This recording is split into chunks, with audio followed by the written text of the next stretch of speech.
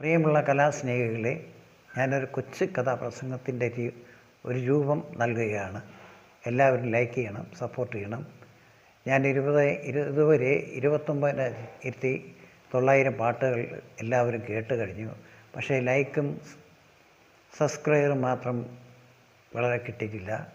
പക്ഷേ അതും കൂടി എല്ലാവരും ചെയ്യണം. അതിനുള്ള മനസ്സ് എല്ലാവർക്കും ഉണ്ടാകുമെന്ന് ഞാൻ പ്രതീക്ഷിക്കുന്നു.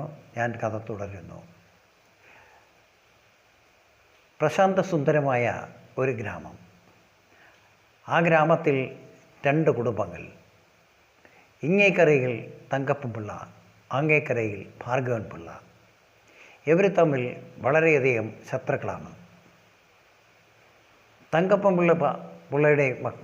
തങ്കപ്പൻപിള്ളയ്ക്ക് 5 ആൺമക്കൾ, ഭാർഗവൻപിള്ളയ്ക്ക് ഒരു മകനും ഒരു മകളും.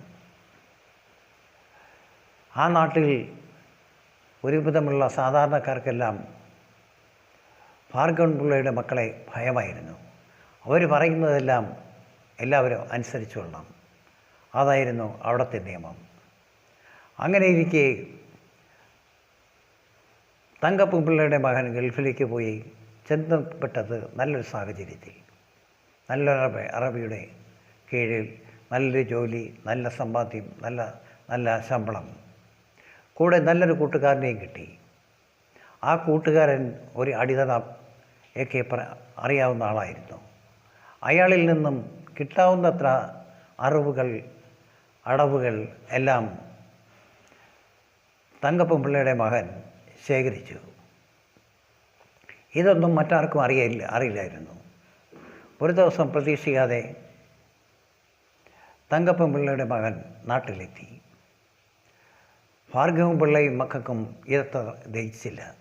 അവർ സാധാരണ ഗൾഫുകാരൻ നാട്ടിൽ വരുന്നത് പോലെ മാത്രമേ അവരത് കണ്ടുള്ളൂ. ഭാർഗവൻപിള്ളയുടെ മകൻ നല്ലൊരു വീട് വയ്ക്കാൻ തീരുമാനിച്ചു. ആ വീടിൻ്റെ പണി ഏകദേശം തീർന്നു. ഒരുവിധം തരക്കേടില്ലാത്ത നല്ലൊരു വീട്. ഇത് കണ്ടപ്പോൾ ഭാർഗവൻപിള്ളയ്ക്കും മക്കൾക്കും തീരെ സഹിച്ചില്ല. ഇവരെ എങ്ങനെ പരാജയപ്പെടുത്താം എന്നുള്ള ഒരു തോന്നൽ മാത്രമായിരുന്നു. ആ ചിന്താഗതി ആയിരുന്നു അവർക്ക്. അവർ ഒരു പന്തയം വയ്ക്കാൻ തീരുമാനിച്ചു. ആ പന്തയത്തിൽ തങ്കപ്പൻപിള്ളയുടെ മകൻ തോൽക്കുകയാണെങ്കിൽ അവരുടെ സ്വത്ത് ഇവർക്ക് കൊടുക്കണം. ഇവർ തോൽക്കുകയാണെങ്കിൽ ഇവരുടെ സ്വത്ത് അവർക്ക് കൊടുക്കണം. തങ്കപ്പൻപിള്ളയുടെ മകന് ഒരു ഭയവും ഉണ്ടായിരുന്നില്ല. എന്നാൽ തങ്കപ്പൻപിള്ളയ്ക്ക് ഭയമുണ്ടായിരുന്നു. തൻ്റെ മകനെ കൊണ്ട് സാധിക്കില്ല എന്ന് അദ്ദേഹം മനസ്സിൽ തീരുമാനിച്ചു. എന്നാൽ തങ്കപ്പൻപിള്ളയുടെ മകൻ ധൈര്യമായി തന്നെ മുന്നോട്ട് നീങ്ങി. ഭാർഗവൻപിള്ളയുടെ മക്കൾ ഇവരെ തോൽപ്പിക്കാൻ തയ്യാറായി. ഒരു ദിവസം തീരുമാനിച്ചു. അന്ന് പന്തയ ദിവസമാണ്. പന്തയമടുത്തു. ജനങ്ങൾ കൂടി. പന്തയത്തിന് ആവേശം കൂടി. ആദ്യം ഭാർഗവൻപിള്ളയുടെ മകൻ രംഗത്തേക്ക് വന്നു. തങ്കപ്പൻപിള്ളയുടെ മകനും രംഗത്തേക്ക്. ഇവർ തമ്മിൽ ഏറ്റുമുട്ടുവാൻ ആരംഭിച്ചു. ഏറ്റുമുട്ടുവാൻ വേണ്ടി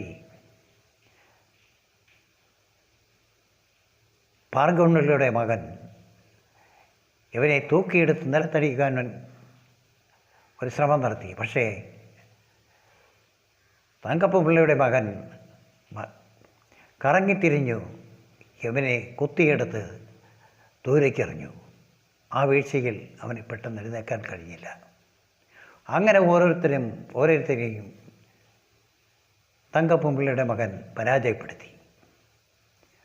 ആ പരാജയം അവർക്ക് താങ്ങാൻ കഴിയാത്തതായിരുന്നു. പക്ഷേ അവർ സമ്മതിച്ചതുപോലെ ഭാർഗവൻപിള്ളയുടെ മകളുടെ കൈ പിടിച്ച് തങ്കപ്പൻപിള്ള അവരുടെ വീട്ടിലേക്ക് നടന്നു. അവിടെ നിറവറയും നിലവിളക്കും തയ്യാറായിരുന്നു. ആ കൊച്ചുകുട്ടി നന്ദിനി എന്ന് പറയുന്ന ആ കൊച്ചുകുട്ടിയല്ല എങ്കിലും ആ നിലവിളക്ക് ആ കുട്ടിയുടെ കയ്യിൽ കൊടുത്തു. ആ കുട്ടി വലത് കാൽ വെച്ചു. ആ വീട്ടിൽ കയറി. അവൾക്ക് തങ്കപ്പൻ പിള്ളയുടെ മകനോട് കുട്ടിക്കാലം മുതലേ ഒരിഷ്ടമുണ്ടായിരുന്നു. പക്ഷേ അത് പുറത്ത് കാണിക്കാൻ കഴിയില്ലായിരുന്നു. അങ്ങനെ ആ പരാജയം താങ്ങാനാവാതെ ഭാർഗവും പിള്ളയും തലകുനിച്ച് നിന്നു. ജനങ്ങൾ കൂവി. തങ്കപ്പൻ പിള്ള വിജയശ്രീ ലാളിതനായി ആ നാട്ടിൽ വിലസാൻ തുടങ്ങി. ഈ കഥ ഇവിടെ അവസാനിക്കുന്നു.